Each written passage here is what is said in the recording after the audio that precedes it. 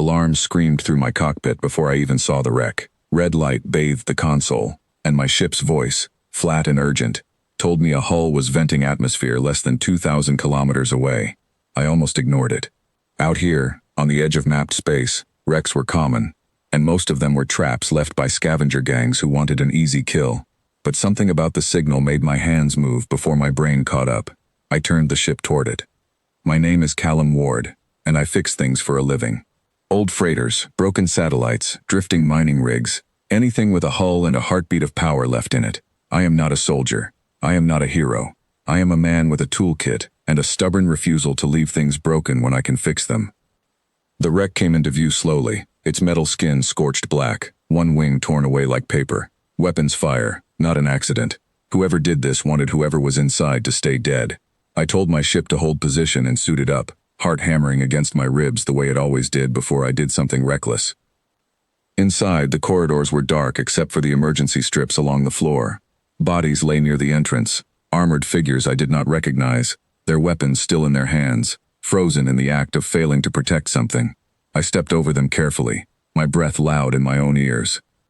At the end of the corridor, in a chamber that must have once been a private cabin, I found her.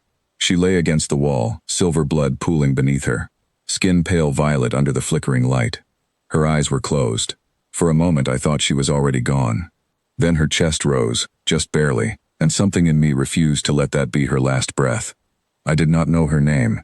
I did not know her rank. I did not know that 100 worlds were, at that very moment, tearing themselves apart trying to find her.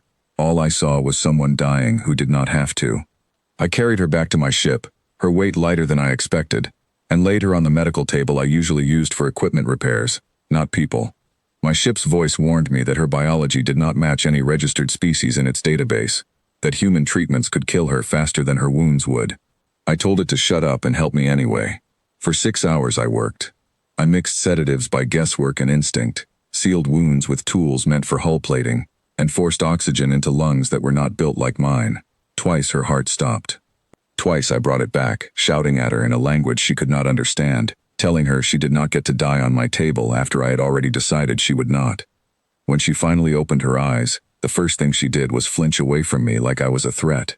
I raised my hand slowly, the way you would with a frightened animal, and told her she was safe. She did not understand my words, not yet, but something in my tone must have reached her, because she stopped pulling at the tubes in her arm. It took 2 days before the translator implant my ship carried could make sense of her language. When it finally worked, her first words to me were a question. Why did you help me? I told her the truth. Because you needed help. It seemed to confuse her more than any injury had. She called herself Vesa, nothing more. No titles, no home, no explanation for the armored dead in the corridor behind her. I did not push. I had learned a long time ago that people share what they are ready to share, and prying only makes wounds deeper. So I fed her, gave her a bunk, and kept flying my usual routes while she slowly began to trust the walls around her.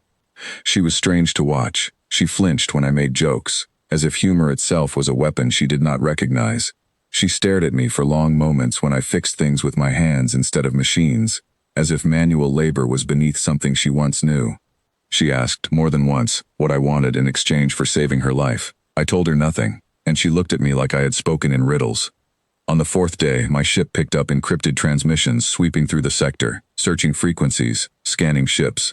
I did not think much of it until Vesa went pale, paler than her already pale skin, and told me we needed to change course immediately. I asked her why. She did not answer right away.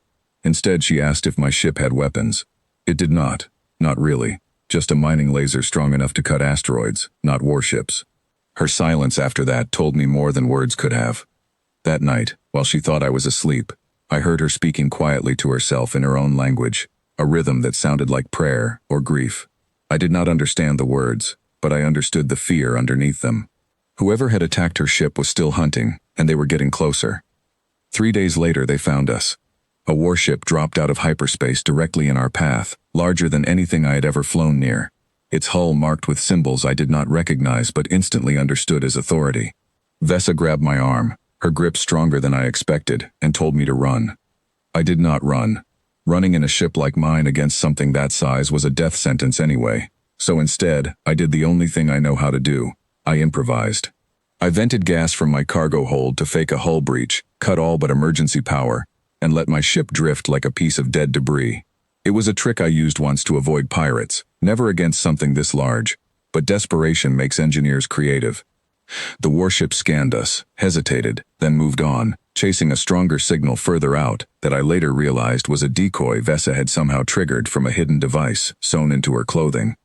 When it was gone, she collapsed against the wall, shaking, and finally told me the truth. She was not just a survivor. She was the Empress of an empire that spanned more systems than I could count, and the attack on her ship had been an assassination attempt led by members of her own court, people who wanted her throne and were willing to burn 100 worlds to get it. I sat there for a long moment, absorbing that the woman I had been feeding ration bars and bad coffee for a week was apparently the ruler of a significant portion of known space. Then I asked the only question that mattered to me. "Are you safe now?" She stared at me like I had lost my mind. I had just been told I was harboring the most wanted person in the galaxy, and my first concern was still her safety, not my own. She asked why that did not change anything for me. I told her it did not need to. She needed help before. She needed help now. Nothing else mattered. Something shifted in her after that.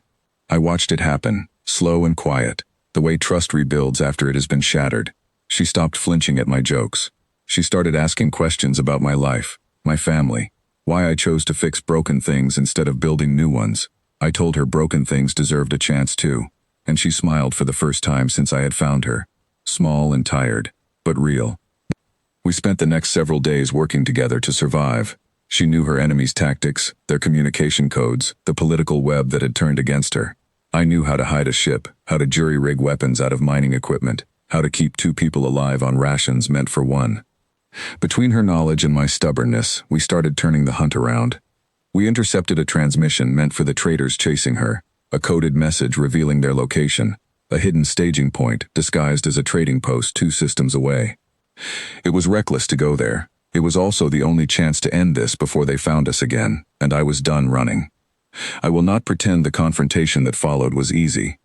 It was tense, every second stretched thin with the possibility that everything could fall apart.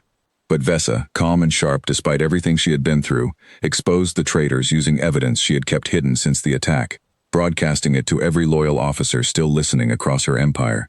The tide turned fast once the truth was out. People who had once hunted her were suddenly hunting the ones who had betrayed her instead. Within a day, loyalist ships arrived, and for the first time since I had pulled her half dead from that wreck, Vesa stood not as a frightened stranger, but as the Empress she had always been, giving orders with a calm authority that made it impossible to imagine her as anything else. Before she left with them, she turned to me and offered everything: a title, wealth beyond anything I could spend, a place among her advisors, anything I wanted. I told her I did not want any of it. I had a ship to fly, broken things to fix, and a life that suited me just fine. She studied me for a long moment, like she was trying to memorize something rare, then simply nodded, understanding in a way her own people never quite could. She left with a promise instead of a payment, a promise that if I ever needed anything, all I had to do was ask. I told her I would probably never take her up on it, and she laughed, the sound lighter than anything I had heard from her before. I went back to my routes after that, fixing old freighters and broken satellites like nothing had changed.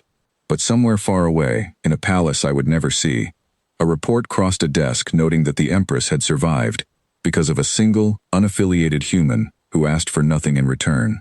And in quiet rooms across 100 worlds, people began to wonder what kind of species does that. What kind of species helps without asking why, without asking for reward, simply because someone needed help? I never wondered about it much myself. To me, it was simple. She was dying. I could help, so I did.